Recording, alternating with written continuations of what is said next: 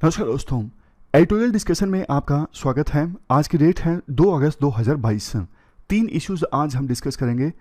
सबसे पहला article discuss करेंगे हायर एजुकेशन को लोकल मीडियम में पढ़ाने से संबंधित। दूसरा आर्टिकल गवर्नमेंट कैसे गिग वर्कर से काम करवाती है, इस इशू से संबंधित है। और तीसरा मीडिया एथिक्स से संबंधित। इसके बाद ना आज का एथिक्स का एग्जाम्पल देख लीजिए। V R Lakshmi Narayanan IPS officer थे, 1951 में सर्विस को ज्वाइन किया था। इन्होंने इंदिरा गांधी को अरेस्ट किया था। फॉर्मर सीबीआई डायरेक्टर हैं आर के राघवन। इन्होंने ना इनके बारे में आर्टिकल लिखा था जब इनकी डेथ हुई थी। 2019 में इनकी डेथ हुई थी। ये बहुत ही ज़्यादा अपराइट ऑफिसर थे, इतने ज़्यादा अपराइट थे जिसकी वजह से इनको ना सीबीआई डायरेक्टर अपॉइंट नहीं किया गया था। बाद में स्टेट पुलिस में तमिलनाडु कैडर में इनको भेज दिया गया था जब इनके सीबीआई डायरेक्टर अपॉइंट होने की बारी आई थी। ये देखो काफ़ी ज़्यादा अपराइट थे, ऑनेस्ट थे, टफ थे, लेकिन इसके साथ साथ रिस्पेक्टफुल भी थे। इंदिरा गांधी को जब ये अरेस्ट करने गए ना, मोरारजी देसाई की गवर्नमेंट आई थी 1977 में, इमरजेंसी हटी थी, तो ये इंदिरा गांधी को अरेस्ट करने गए थे। तो डायरेक्टली इंदिरा गांधी के पास नहीं गए अरेस्ट करने, ये राजीव गांधी के पास गए ताकि उन्हें कन्विंस करवाया जा सके कि मैं नहीं चाहता कि पुलिस के जो रूड हैंड्स हैं वो एक फॉर्मर प्राइम मिनिस्टर और नेहरू की बेटी पर पड़े। तो आप अपनी मदर को बोलिए कि प्लीज़ हमारे साथ चलिए क्योंकि कानून का पालन करना ज़रूरी है। तो इंदिरा गांधी फिर रूम से बाहर आई तो पूछा कि बताइए हथकड़ियाँ कहाँ हैं। तो इन्होंने इंदिरा गांधी को जवाब दिया कि देखो मैंने 2 मेरिटोरियस मेडल्स, मतलब मेरिटोरियस सर्विस के लिए 2 मेडल्स आपसे हासिल किए हैं अपनी डिस्टिंग्विश्ड सर्विस के लिए, लेकिन उसके बाद मैं आलसी हो गया हूँ, इस वजह से मैं हथकड़ियाँ लाना भूल गया। मतलब हथकड़ियाँ नहीं लगाई गई थी इंदिरा गांधी को। तो इनके काफ़ी किस्से हैं। पुलिसमैन के लिए इन्होंने काफ़ी अच्छा काम किया। और ऑनेस्टी के बारे में आप लिख सकते हो कैसे ये ऑनेस्ट थे, बिल्कुल बात मानते नहीं थे पॉलिटिशियंस की। और पॉलिटिशियंस ये चाहते थे कि सीबीआई डायरेक्टर कोई ऐसा पर्सन हो जो हमारी बात माने, जो प्लाइंट हो, लेकिन ये प्लाइंट नहीं थे बिल्कुल ही। इस वजह से ये सीबीआई डायरेक्टर नहीं बन सके थे, इनको नहीं अपॉइंट किया गया था। अब डिस्कशन स्टार्ट करते हैं। First important article higher education in local medium से संबंधित है। आप जीएस पेपर 2 के एजुकेशन वाले टॉपिक से इस आर्टिकल को रिलेट कर सकते हो। क्या कंटेक्स्ट है? हाल ही में होम मिनिस्टर अमित शाह ने एक स्टेटमेंट दी कि जो हायर एजुकेशन इंस्टीट्यूशंस हैं जैसे इंजीनियरिंग का कॉलेज है, लॉ या फिर मेडिसिन का कॉलेज है, देखो ये इंडियन लैंग्वेजेस में अपने कोर्सेज स्टार्ट करें। उन्होंने जो ये बात बोली ना, यही चीज़ नेशनल एजुकेशन पॉलिसी 2020 में भी बोली गई है कि हायर एजुकेशन में इंडियन लैंग्वेजेस को प्रमोट किया जाए। नेशनल एजुकेशन पॉलिसी ये प्रोविज़न करती है ज़्यादा से ज़्यादा हायर एजुकेशन के इंस्टीट्यूशंस और प्रोग्राम जो हायर एजुकेशन में पढ़ाए जाते हैं उनको देखो लोकल लैंग्वेज में पढ़ाया जाए। जैसे तमिलनाडु में लोकल लैंग्वेज है तमिल, कर्नाटक में कन्नड़, नॉर्थ इंडिया में हिंदी। रैशनल देखो इस चीज़ के पीछे ये है, मतलब लॉजिक इसके पीछे ये है, चूँकि हमारे देश के 95% जो स्टूडेंट्स हैं वो प्राइमरी एजुकेशन अपनी मदर टंग में रिसीव करते हैं, तो वो वंचित नहीं रहने चाहिए हायर स्टडीज़ प्राप्त करने से। क्योंकि बहुत बार ना हायर एजुकेशन में जब ऐसे स्टूडेंट्स एडमिशन लेते हैं ना, उन्हें चीज़ें अच्छे से समझ में नहीं आती, या फिर वो डर जाते हैं कि हमें इंग्लिश में कुछ समझ में नहीं आएगा, हमने तो एजुकेशन प्राप्त की है गुजराती मीडियम में। यूपीएससी में भी आप देखते हो काफ़ी बार स्टूडेंट्स को दिक्कत आती है, वो कंफ्यूज रहते हैं हिंदी में तैयारी करें या इंग्लिश में, गुजराती में तैयारी करें, मराठी में तैयारी करें या फिर इंग्लिश में या फिर हिंदी में। देखो पिछले कुछ सालों में अच्छे खासे प्रयास सरकार के द्वारा किए गए हैं इंजीनियरिंग कोर्सेज को इंडियन लैंग्वेजेस में अवेलेबल करवाने के लिए, और इसके रिगार्डिंग स्टेटमेंट भी दी जो यूनियन एजुकेशन मिनिस्टर हैं धर्मेंद्र प्रधान, इन्होंने दिसंबर 2021 में लोकसभा में। एआईसीटीसी का एग्जाम्पल लीजिए। एआईसीटीसी ने 2021-22 में 19 इंजीनियरिंग कॉलेजेस को जो 10 स्टेट से आते हैं इनको अप्रूवल दिया कि आप 6 अलग अलग इंडियन लैंग्वेजेस में अपने जो कोर्सेज हैं वो अवेलेबल करवा सकते हों। और इसके लिए ना एआईसीटीसी ने ना एक टूल भी यानी सॉफ्टवेयर भी डेवलप किया है, AICTE translation automation AI tool. इसकी सहायता से इंग्लिश ऑनलाइन कोर्सेज को 11 इंडियन लैंग्वेजेस में ट्रांसलेट किया जा सकता है आसानी से। स्वयं जो एक पोर्टल है, ऑनलाइन वेबसाइट है जिस पर सरकार फ्री में कोर्सेज अवेलेबल करवाती है, इस प्लेटफॉर्म पर भी बहुत सारे पॉपुलर कोर्सेज आपको इंडियन लैंग्वेजेस में मिलेंगे। संकेत देखो ये हैं, समाज के सभी सेक्शंस को हायर एजुकेशन मुहैया करवाई जाए और कोई भी जो सेक्शन है वो हायर एजुकेशन से वंचित ना रह सके, सिर्फ इसलिए कि उसने स्कूलिंग जो है या प्राइमरी एजुकेशन जो है वो लोकल मीडियम में हासिल की थी। लेकिन देखो, राइटर कहते हैं हमें ना इस बात का भी ख्याल रखना चाहिए कि एक तो हम जल्दबाजी ना करें इंडियन लैंग्वेजेस में कोर्सेज अवेलेबल करवाने की, अदरवाइज फिर जैसे यूपीएससी क्वालिटी देता है ना हिंदी ट्रांसलेशन की, वैसी ही क्वालिटी मिलने लगेगी।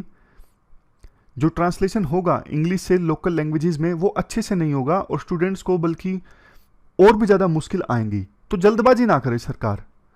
दूसरा, इंग्लिश से किसी के प्रकार की नफरत ना फैलाई जाए। मतलब ऐसा ना हो कि अननेसेसरी आप इंडियन लैंग्वेजेस को ही ज़्यादा तवज्जो दो और इंग्लिश के खिलाफ हेट स्प्रेड करो, इससे नुकसान हो जाएगा। देखो, ये एक इंडिया की ताकत है।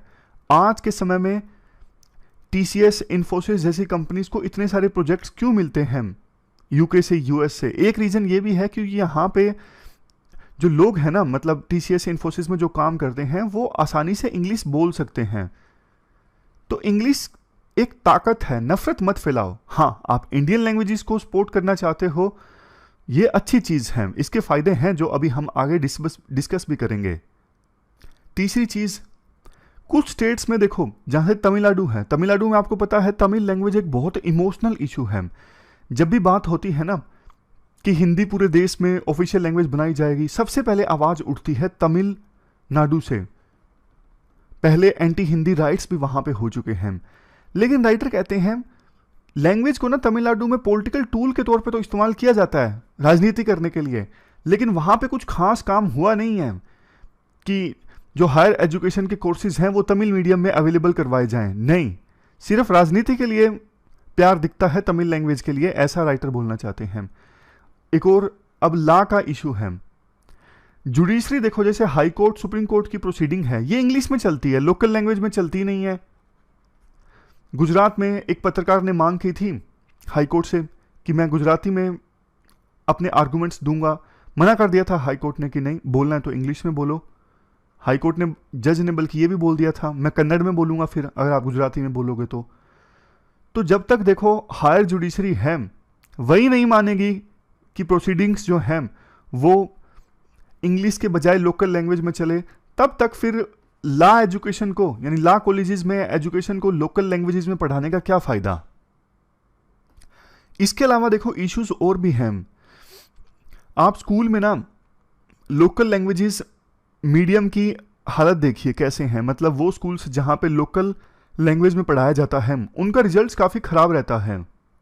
एक और चीज़, मान लीजिए देखो किसी ने कन्नड़ मीडियम में एजुकेशन हासिल की है तो फिर ना दूसरे राज्यों में उसकी जो एम्प्लॉयबिलिटी है वो प्रभावित होती है, क्योंकि उसको कन्नड़ ज़्यादा अच्छे से आती है लेकिन अब बाकी लैंग्वेजेस में लिखना नहीं आता तो आसानी से फिर जॉब नहीं मिलती।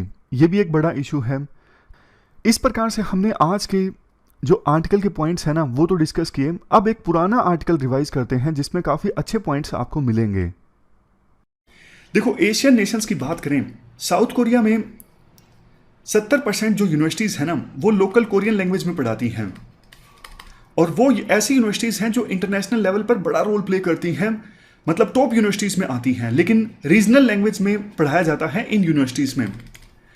2018 में साउथ कोरिया में तीसरी क्लास से नीचे तो इंग्लिश को बैन ही कर दिया, क्योंकि कोरिया की सरकार को यह लगता था कि अगर देखो पहली क्लास से ही इंग्लिश को पढ़ाया जाना स्टार्ट किया जाएगा तो कोरियन लैंग्वेज पे स्टूडेंट्स ध्यान नहीं देंगे, इसलिए तीसरी क्लास से नीचे तो सिर्फ और सिर्फ कोरियन लैंग्वेज में ही पढ़ाया जाए।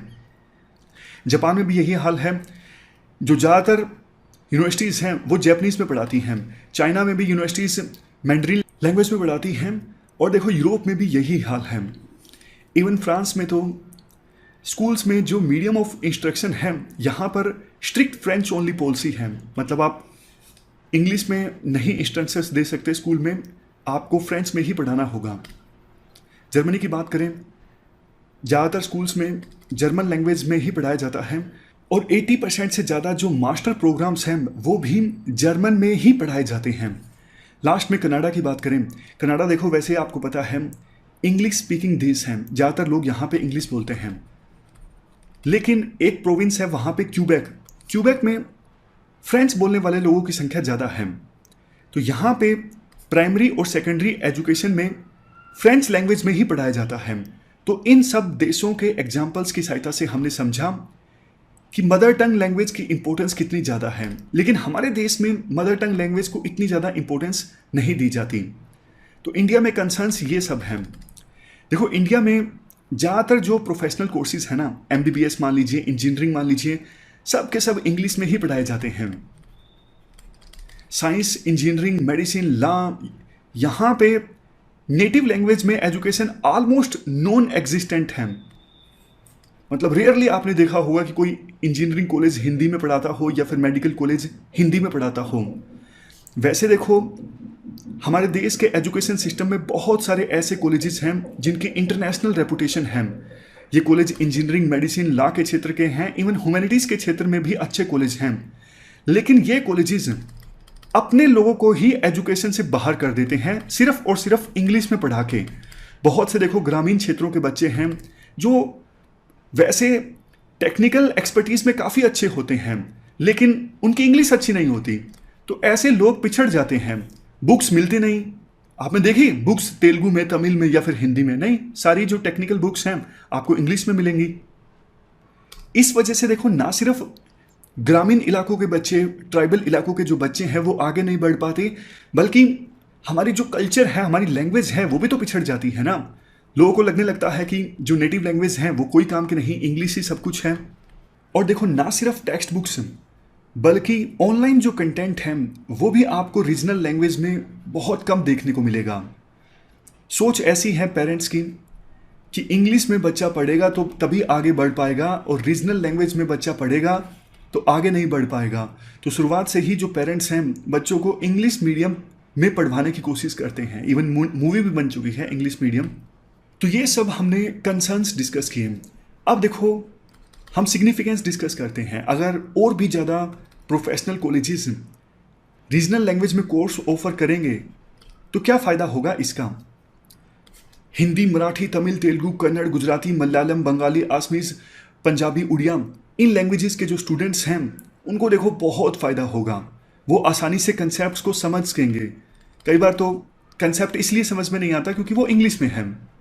और देखो अगर इस प्रकार से रीजनल लैंग्वेजेस में कोर्सेज ऑफर होंगे ना, तो जो गरीब स्टूडेंट्स हैं, ग्रामीण इलाकों के स्टूडेंट्स हैं, ट्राइबल बैकग्राउंड के स्टूडेंट्स हैं, इनके अंदर तो एक ज़बरदस्त कॉन्फिडेंस डेवलप होगा।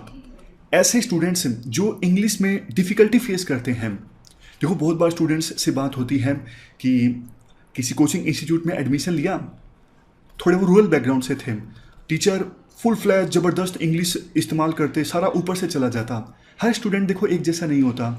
तो जिनको इंग्लिश में दिक्कत होती है उनके अंदर भी कॉन्फिडेंस डेवलप होगा, सारा का सारा कंसेप्ट आसानी से समझ में आएगा और वो अपनी पढ़ाई में पिछड़ेंगे नहीं।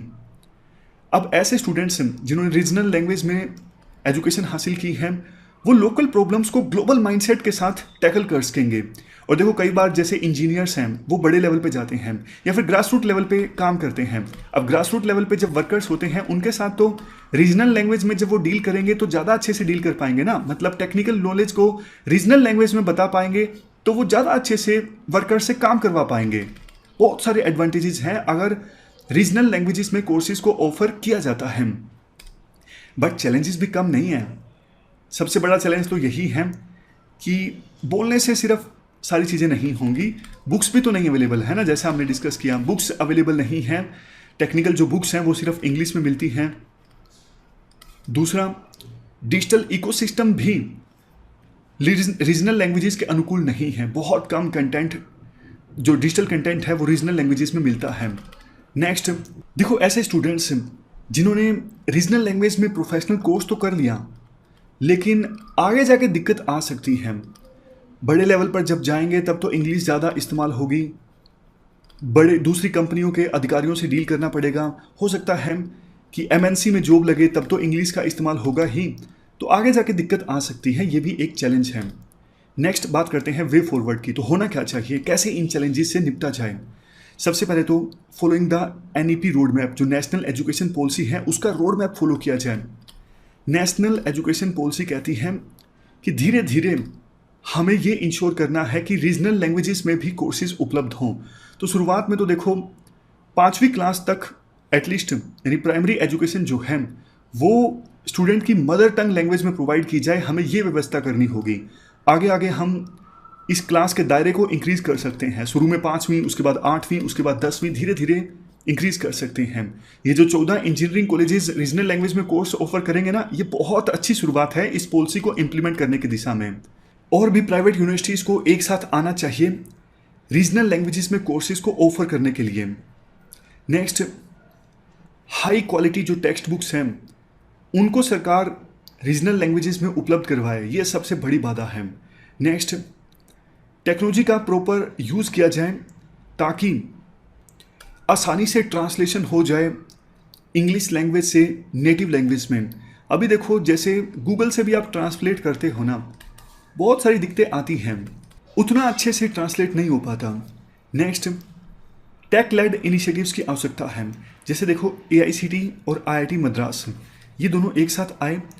स्वयं पोर्टल पे जो कोर्सेज हैं, स्वयं की वेबसाइट आपने देखी होगी, यहाँ पे काफ़ी सारे कोर्सेज मौजूद हैं। तो ये दोनों एक साथ आए हैं स्वयं पोर्टल पर मौजूद कोर्सेज को रीजनल लैंग्वेजेस में ट्रांसलेट करने के लिए। तो इंजीनियरिंग स्टूडेंट्स को काफ़ी फ़ायदा होगा। वो शुरुआत में +1 +2 के कोर्सेज को रीजनल लैंग्वेज में देख सकते हैं और बाद में एकदम से इंजीनियरिंग में जाएंगे तो उन्हें दिक्कत नहीं आएगी। Next, need for change in approach. अभी देखो पेरेंट्स की जो ये अप्रोच है या फिर टीचर्स की जो अप्रोच है कि बेटा इंग्लिश सीखो, लोकल लैंग्वेज कोई काम की नहीं है, ये सोच हमें बदलने की आवश्यकता है। हमारी सोच ऐसी नहीं होनी चाहिए mother tongue language versus English language. हमारी सोच ऐसी होनी चाहिए mother tongue language plus English language. English भी जरूरी है, आप सीख लो, कोई दिक्कत नहीं है, काम की लैंग्वेज है, बट मदर टंग लैंग्वेज में आप पढ़ाओ, स्टूडेंट्स को सुविधा दो कि अगर वो इंग्लिश में सीखना चाहता है तो इंग्लिश में सीखे, लोकल लैंग्वेज में सीखना चाहता है तो लोकल लैंग्वेज में सीखे। लास्ट में यही कहा जाता है।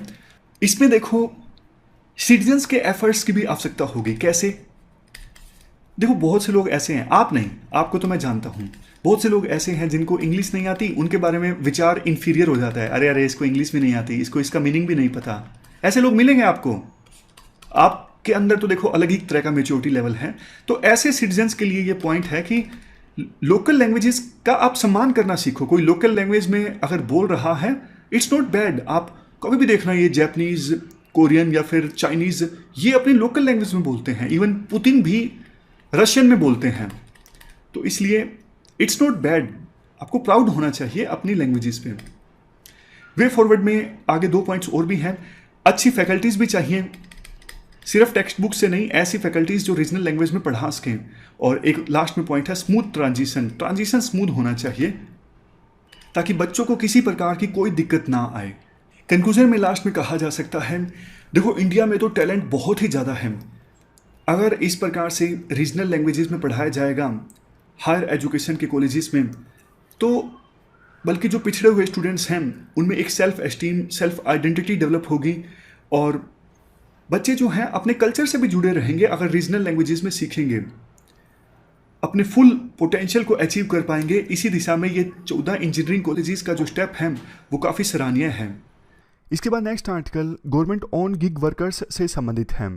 देखो आज ना कहीं जाना है तो स्लाइड्स जो हैं वो 1-2 आर्टिकल की बन नहीं पाई, तो हम यहीं से वेबसाइट से डिस्कस कर लेते हैं। गिग वर्कर्स देखो वो वर्कर्स होते हैं, टेम्परेरी वर्कर्स, जो एज ए फ्रीलांसर काम करते हैं। जैसे स्विगी, जोमेटो वर्कर्स हैं, उबर के वर्कर्स हैं। जब चाहे एप्लीकेशन ऑन कर दी, जब चाहे एप्लीकेशन बंद कर दी। ये एक प्रकार से स्विगी के पार्टनर्स हैं, स्विगी के लिए काम नहीं करते। जैसे देखो एम्प्लॉयज़ को तो अब सरकार के लिए जो काम करते हैं, परमानेंट वर्कर्स होते हैं, उनको तमाम तरह की फैसिलिटीज़ मिलती हैं। जैसे कि प्रोविडेंट फंड में उनका पैसा कटता है, अनेकों तरह की उन्हें सिक्योरिटी मिलती है, जैसे हेल्थ सिक्योरिटी। लेकिन इन वर्कर्स को उतनी ज़्यादा सिक्योरिटी, उतने ज़्यादा बेनिफिट्स नहीं मिलते गिग वर्कर्स को। अब गिग वर्कर्स पे जब देखो बात हो ही रही है, तो अग्निपथ स्कीम आई जिसमें बोला गया कि 75% वर्कर्स को तो 4 साल के लिए रखा जाएगा और सिर्फ 25% वर्कर्स हैं वो 4 साल से आगे जाएंगे। लेकिन देखो सरकार में ना बहुत सारे गिग वर्कर्स काम करते हैं। सरकार ना 3 प्रकार के एम्प्लॉयज़ को हायर करती है। एक तो परमानेंट वर्कर्स, जैसे आईएएस सिलेक्ट होते हैं, आईपीएस होते हैं, ये परमानेंट हैं। और बहुत सारे लोग सरकार रिक्रूट करती है पुलिस में, एजुकेशन में, समझ गए। दूसरे देखो सरकार रिक्रूट करती है कॉन्ट्रैक्चुअल बेसिस पर, जैसे टीचर्स को रिक्रूट कर दिया कॉन्ट्रैक्चुअल बेसिस पर, 2 साल के लिए रिक्रूट कर लिया, उसके बाद उनका जो कॉन्ट्रैक्ट है वो कई बार इंक्रीज भी कर दिया जाता है। सरकार ने खुद ही लोगों को रिक्रूट किया कॉन्ट्रैक्चुअल बेसिस पर काम करने के लिए। ये दूसरे टाइप की जॉब है। पहले टाइप की जॉब परमानेंट जॉब, दूसरे टाइप की जॉब कॉन्ट्रैक्चुअल जॉब, लेकिन रिक्रूटमेंट की सरकार ने ही। अब तीसरे टाइप की जॉब होती है, सरकार ना किसी को टेंडर दे देती है, जैसे किसी लोकल ठेकेदार को टेंडर दे दिया कि आपको ना हमें 20 ड्राइवर प्रोवाइड करने हैं या फिर 20 सफाई कर्मचारी प्रोवाइड करने हैं। तो इसमें क्या होता है, फिर ना लोकल ठेकेदार की या फिर कोई बाहर का भी हो, उस ठेकेदार की यानी जिसने कॉन्ट्रैक्ट लिया है उसकी जिम्मेदारी है कि सरकार को 20 ड्राइवर प्रोवाइड करना डेली बेसिस पर। अब ये जो तीसरी प्रकार की जॉब है ना, इस पर राइटर फोकस कर रहे हैं कि इसमें तो ना जो ठेकेदार ने जिन लोगों को हायर किया ना, उनके पास तो कोई सिक्योरिटी नहीं होती। उनको तो मतलब अगर सुबह भी बोला जाए ना कि आपको काम पे नहीं आना है तो भी कोई दिक्कत नहीं है। आजकल यही ज़्यादा हो रहा है।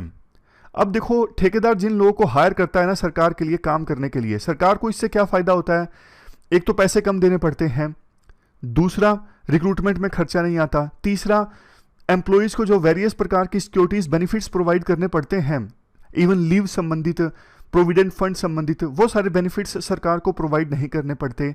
तो ये सारे फायदे सरकार को हो जाते हैं। इसीलिए सरकार इस प्रकार के एम्प्लॉयमेंट पर आज के समय में ज़्यादा रिलाय करती है। लेकिन देखो वर्कर्स को तो बेचारों को नुकसान हो गया ना।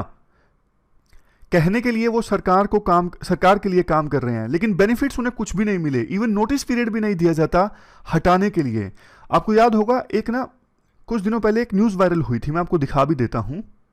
ये म्युनिसिपल वर्कर थे, सफाई कर रहे थे, तो इन्होंने ना मुख्यमंत्री योगी और प्रधानमंत्री मोदी की जो फोटो हैं वो इस प्रकार से डस्टबिन में रख रखी थी।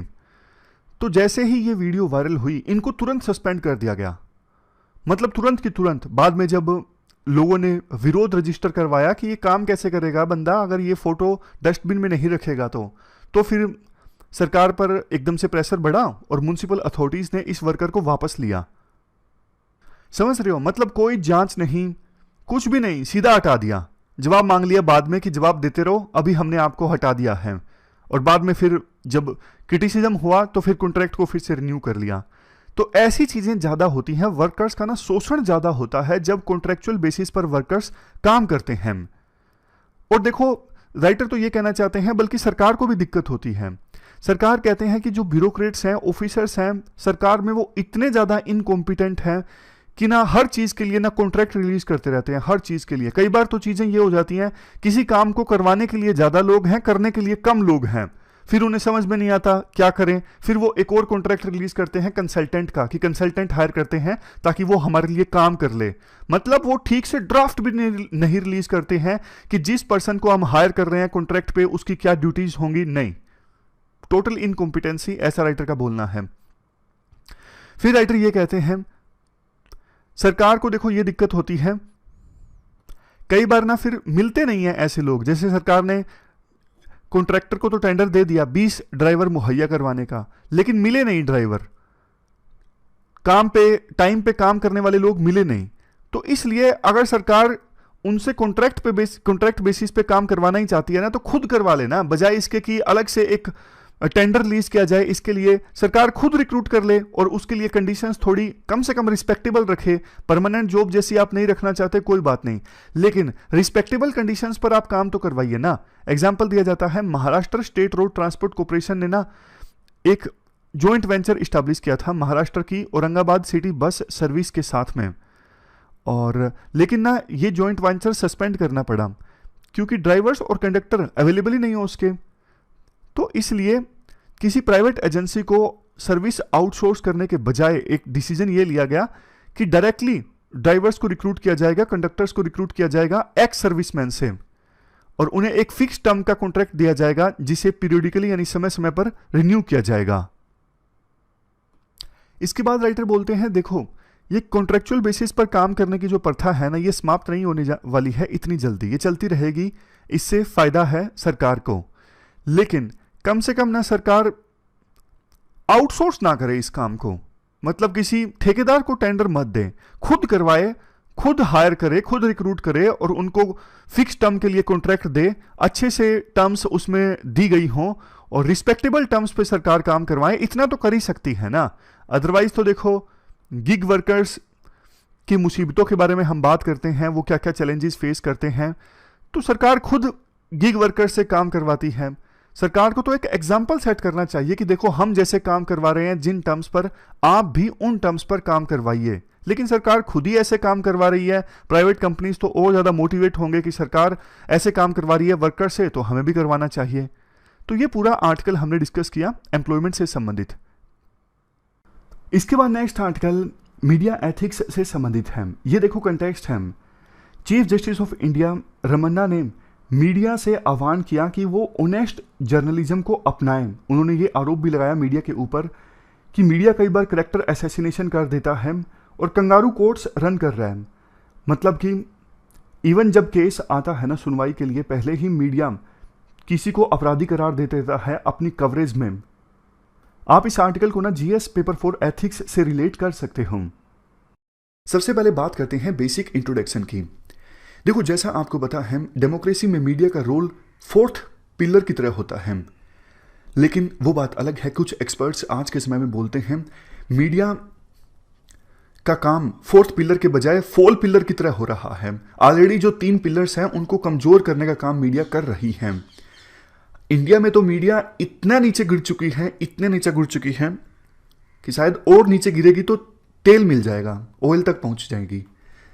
खैर, इंट्रोडक्शन में ये कहा जाता है डेमोक्रेसी में मीडिया का बहुत इंपॉर्टेंट रोल है। लोगों को जागरूक करना नेशनल और इंटरनेशनल इवेंट्स के बारे में, और फ्रीली इंफॉर्मेशन मिलती है लोगों को मीडिया के माध्यम से। सरकार की अकाउंटेबिलिटी फिक्स करना ये भी मीडिया का काम है। मीडिया को फ्रीडम हासिल है देश के संविधान के आर्टिकल 19 सेक्शन 1 क्लास ए से। फंडामेंटल ऑब्जेक्टिव जर्नलिज्म का ये होता है लोगों को न्यूज़ प्रोवाइड करना, व्यूज़, कमेंट्स, इंफॉर्मेशन प्रोवाइड करना उन मामलों पर जो कि पब्लिक इंटरेस्ट के हैं।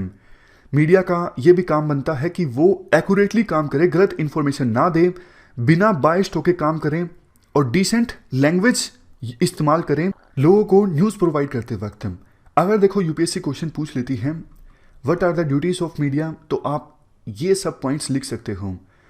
हेल्दी डेमोक्रेसी को शेप करना, लोगों को सोशियो पॉलिटिको इकोनॉमिक कंडीशंस के बारे में बताना जो फिलहाल के समय में एग्जिस्ट कर रही हैं, एक मिरर के तौर पे काम करना, समाज में जो भी हार्श रियलिटीज़ हैं, सच कड़वा होता है लेकिन आईना दिखाना, सिटीजन्स को अनबाइस्ड इंफॉर्मेशन प्रोवाइड करना, जनता की थिंकिंग प्रोसेस को शेप करने में मदद करना, पॉलिटिशियंस को याद दिलाना अनफुलफिल्ड वादों के बारे में, और हर एक उस एक्शन को क्रिटिसाइज करना जो स्पिरिट ऑफ जस्टिस के अगेंस्ट हैं। पॉलिटिक्स में या फिर किसी भी जगह पे जो अनफेयर या फिर करप्ट प्रैक्टिसेस हैं उनको उजागर करना, समाज में, देश में यूनिटी एंड ब्रदरहुड को प्रमोट करना, और सबसे लास्ट में डेमोक्रेटिक सिस्टम की कमियों को भी उजागर करना। ये सब ड्यूटीज़ हैं मीडिया की। ये सब देखो कोर प्रिंसिपल्स हैं जर्नलिज्म के। सबसे पहले ट्रूथ एंड एक्यूरेसी, दूसरे नंबर पे इंडिपेंडेंस, इंडिपेंडेंट होकर काम करना चाहिए जर्नलिस्ट को, बिना किसी के दबाव में आए, ना तो अपनी ऑर्गेनाइजेशन के दबाव में आए। कई बार देखो न्यूज चैनल्स भी जर्नलिस्ट को, रिपोर्टर्स को दबाने की कोशिश करते हैं कि आप ये मत कवर कीजिए, तो ये मीडिया एथिक्स के अगेंस्ट है, जर्नलिज्म के कोर प्रिंसिपल्स के अगेंस्ट है। जर्नलिस्ट को हर एक न्यूज़ को वेरीफाई करना चाहिए। इसके अलावा फेयरनेस एंड इम्पार्शियलिटी, सभी लोगों को इक्वल अधिकार दिया जाए बोलने का। काफ़ी बार मीडिया देखो क्या करता है, एक तरफा न्यूज़ कवर करता है, और इवन काफ़ी बार तो डिबेट भी एक तरफा होती है। मीडिया जो दिखाना चाहता है, सिर्फ उसी व्यूज़ से इत्तेफाक रखने वाले गेस्ट को इनवाइट किया जाता है और अगर बाकी आ भी जाते हैं तो उन्हें बोलने का मौका नहीं दिया जाता। नेक्स्ट है ह्यूमैनिटी और सबसे लास्ट में अकाउंटेबिलिटी।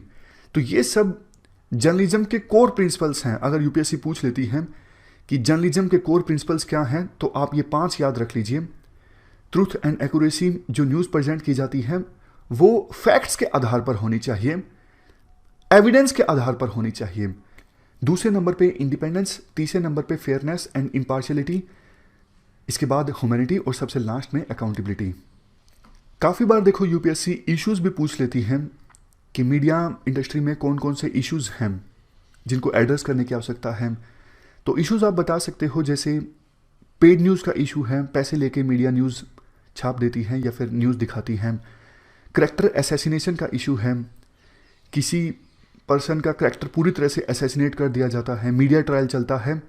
अब देखो ये कौन फैसला करेगा कि किसी पर्सन ने अपराध किया है या फिर नहीं किया है, ये फैसला जुडिशरी को करना है ना।